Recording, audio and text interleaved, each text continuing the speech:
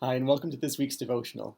We've been in the house that we currently live in for about a year now. And it's always interesting to me, before we moved into the house, there was a whole list of things that were like, oh yeah, we'll absolutely change this and this and this. We'll do all these projects, these things, absolutely, we should change this stuff.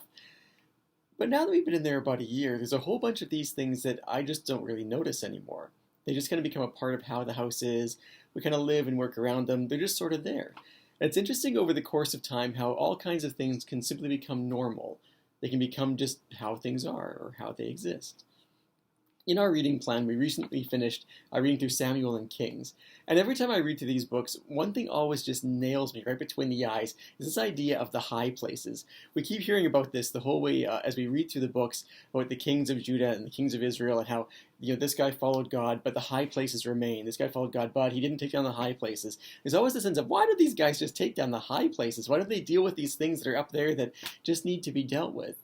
And the high places were different kinds of altars. They were up on top of high mountains where people felt like they could get closer to God, and so they would build their own altar up there as a space to sometimes honor the true God or other different gods, and they would worship God in that particular space. But the problem with the high points was wasn't what God intended for the people.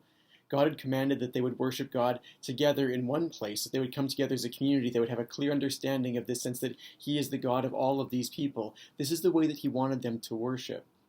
And in that particular time and space, this was really important because there wasn't books around in the same way. You couldn't, pull up the Bible on your phone. And so you would come back to one place to hear the truth of the scripture and to have your worship guided and directed. It was just a really important part of keeping the worship of God right and accurate and pure and holy in the way that it was supposed to be.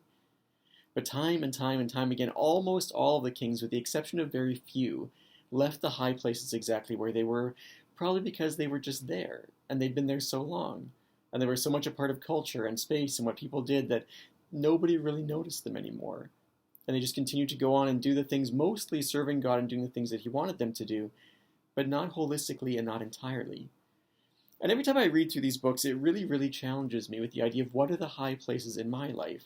What are the high places in our life together as a congregation? What are those spaces where we're just so used to them? They've been a part of our life for so long. Or the society around us thinks that this is just the way that things are so deeply that we just kind of leave this stuff. Or maybe they're not the really big, huge sins that we know are really wrong, but maybe there's something different. But they're just really not God's best for us. And they're things that are polluting us or pulling us away or dragging us down. They're things that are keeping us from the fullness of who God desires us to be. And so what might be the high places in your life?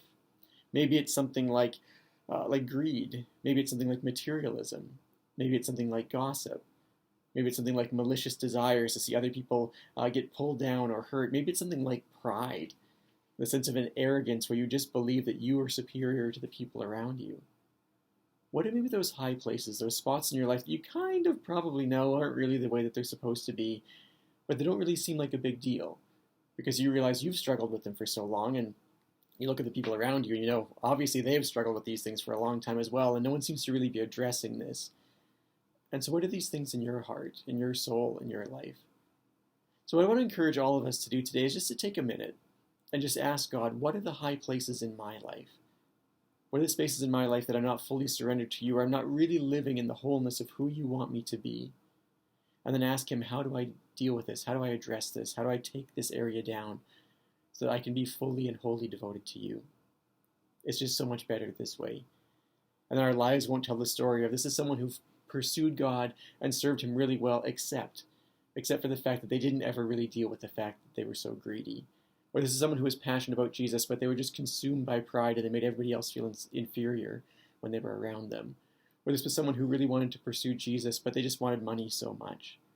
We want our lives to be fully devoted to Jesus and consecrated to Him in every way. Lives where people will read the story of our life and say, this is someone who pursued Jesus and did everything that needed to be done to seek Him holistically.